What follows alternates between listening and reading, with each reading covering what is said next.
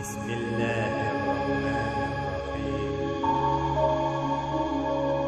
الحمد لله رب العالمين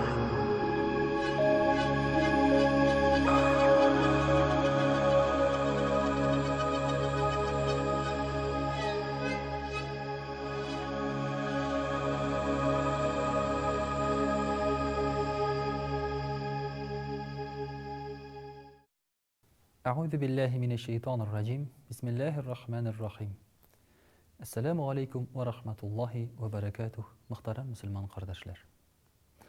Bilganimizcha, islom dini bizga gil izgi, xayrli amallar qilirga qo'sha. Ул гына түгел, Аллаһы Тәгалә адам баласын шушы гамәлләрне кылсын өчен дип яратты. Һәм диндә булган бөтен догмалар, кануннар, я булмаса тыюлар, алар бөтенесе дә адам баласы изгелек кылып, начарлыктан тыелсын өчен кирәк. Хәтта атеистик, ягъни Аллаһка ышанмаган, динне инкар иткән дәүләтләрдә дә, җәмгыятьләрдә дә изгелек кылу, яхшылык кылу дигән төшенчә бар. Чөнки ул булмаса, кешеләр һәрберсе үзе өчен генә яшәп, инде күптән юкка чыгып беткән булырлар иде. Ләкин ислам дине монда бик күпкә алга китә. Ни өчен дигәндә, ислам дине өчен эшнең эшләнеше генә түгел, аның ничек эшләнүе мөһим. Мәсәлән, әгәр дә без күрсәк урамда ике кеше урам себергәнен. Икесе дә себерке белән әйләндерәләр, себерке белән җирне себерәләр. Икесенең дә бер үк әйтигәндә эш кораллары. Ләкин берсе иртә белән чыккан яхшы кайф белән эшен яратып, ә берсе эшли эшен яратмыйча начар кайф белән. Ахыр чиктә алар икесе дә бер үк төрле эш күрсәтергә мөмкиннәр. Ни өчен дигәндә, алар хезмәт хакы өчен, я булмаса кешеләр ачуланмасын өчен дә моны эшләргә мөмкин. Ә менә Аллаһы Тәгалә каршында ике намаз укыган кешенең берсенең намазы кабул булырга, берсенеке кабул булмаска. Берсе савапны күбрәк алырга, ә берсе әзрәк алырга яки бөтенләй алмаска мөмкин. Гәрчә намазлары шул ук 2 рәкъәт, шул ук сүрәләр белән, шул ук рükûхлар, сәҗдәләр белән, хәтта аларның тышкы кыяфәтләрендә дә шул ук чагылыш, мимика белән. Инде мөхтәрәм кардәшләр, бу нәрсә белән бәйле? Бу бәйле кешенең нияте, ички халаты белән. Мәсәлән, Аллаһы Тәгалә шулай бит бездән бары тик яхшы әйберне генә таләп итә. Һәм ул шулай ди. Пәйгамбәрбез саллаллаһу алейһи ва сәлләм: "Инна Аллаһа таййибун ла яқбалу илля таййибан." Аллаһы Тәгалә үзе чиста, пак, яхшы, һәм бары тик чиста, пак, яхшы әйберләрне генә кабул итә ди.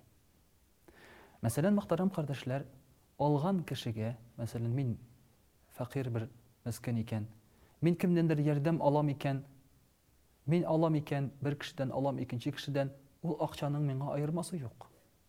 Акча бер төрле, ярдәме аларның бер төрле. Ләкин берсенеке кабул, ә берсенеке кабул булмаска мөмкин. Монда сәбәпләр бик күп. Бу килгән мал, беренчедән халал мал булырга тиеш. Икенчедән, бу кешеләр кылган вакытта изгелекләрен Аллаһ ризалыгы өчен дип кылырга тиеш. Һәм өченчедән, шушы изгелекләрен кылганнан соң мактанып йөрмәскә тиеш. Дүртенчедән, шушы кылган изгелекләре белән киләчәктә сиңа килеп, мин сиңа хәтерлисеңме шундый эш кылган идем, син дә миңа изгелек кыл әле дип кайтаруны сорарга тиеш түгел. Менә монда күпме шартлар. Ә бит башка очракта, мәсәлән, әлеге дә баягы Аллаһка ышанмаган очракта бу шартлар таләп ителми. Шуңа күрә изгелек кылган вакытта ислам дине бу изгелекне иң камил рәвештә кыла. Мөхтәрәм кардәшләр, белгәнебезчә инде безнең һәр вакытта да бар билгеле бер эшләгән яхшы эшләребез. Ләкин эш кеше иң зур эшләгән изгелекләр белән эш кеше Табукка керә дип Пәйгамбәрбез саллаллаһу алейһи ва сәлләм. Коръән хафиз, үзенең малын Аллаһ юлына дип таратып бетергән юмарт кеше һәм Аллаһы Тәгалә юлында сугышларда халак булган, вафат булган кеше. Табукка керәләр ни сәбәпле? Берсе Коръәнне ятлаган, гыйлем алган кешеләр алдында галим булым дип мактану өчен. Икенчесе, үзенең малын тараткан юмарт дип аның турында әйтсеннәр өчен. Өченчесе, нинди кыю кеше бу дип әйтсеннәр өчен сугыш кырында вафат булган. Күргәнебезчә, эшләре аларның берүк, эшләре изге, эшләре башка кешеләрнекеннән аерылмый, ләкин ниятләре, я булмаса эшләү рәвешләре дөрес түгел. Менә еш кына хәзрәтләрдән сорыйлар. Хәзрәт, менә бу кеше гомере буе урлап, талап яшәде. Хәзер ул хәйрия белән шөгыльләнә, изгелекләр кыла, корбаннар чала, намазларын калдырмый, ул кеше җәннәткә керә, без дә җәннәткә керәбез. Ничек инде ул, кая соң ул гаделлек диләр. Мөхтәрәм кардәшләр, менә монда тынычланырга кирәк. Ни өчен дигәндә, беренчедән без аның ничек кылганын, ничек эшләгәнен белмибез. Нинди ниятләр, нинди күңел белән. Икенчедән, ул нинди малдан хәйрия чыгара, ярдәм чыгара. Әгәр дә ул шушы малын элекеге хәрәм юл белән табып, талап җыйган малы булса, бу малның аның берсенең дә файдасы булмый.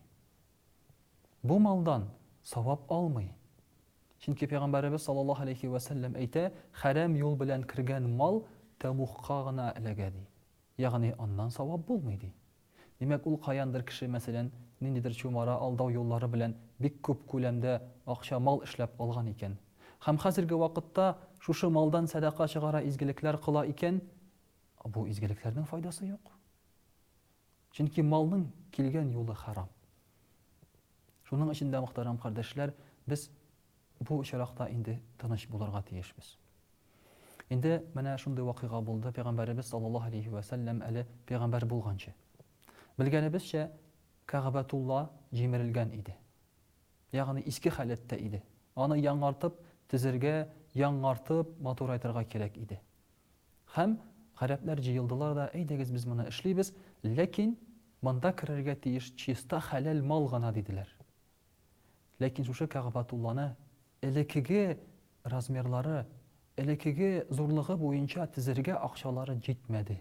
Һәм алар аны хәзерге размер белән тизеп куйдылар. Чөнки хәләл акча таба алмадылар, шул бер таштан бина тизергә дә. Маллары бөтенесе харам иде. Менә шушы мәҗүси гарәпләр, Аллага ширик китерүче гарәпләр дә хәләл юл белән эшләүне хуп күрделәр. Без мөселманнар, иманлы кешеләр, шулай ук мөхтәрәм кардәшләр, кылган изгелекләребезне хәләлдән кылуны уйласак иде.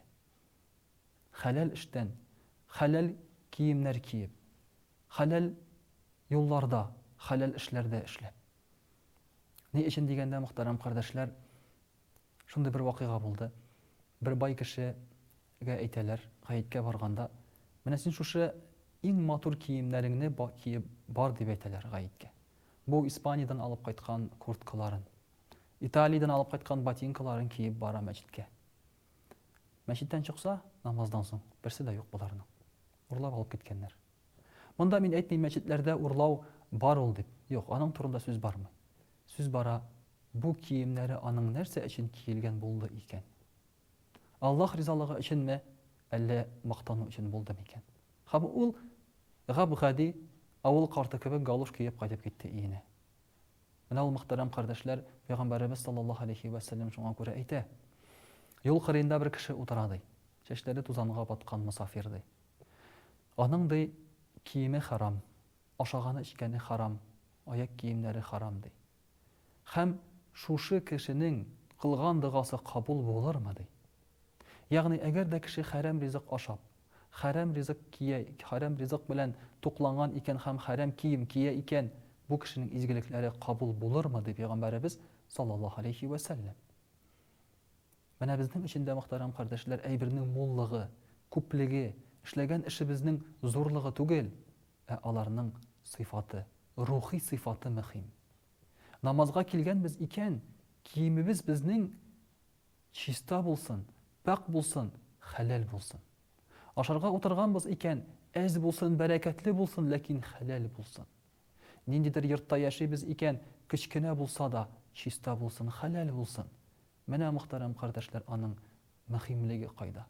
Кызганычка каршы без хәзер тышкы кыяфәткә генә игътибар итеп, ичке әйберләрне, рухи халәтләрне онытып җибәргәнбез.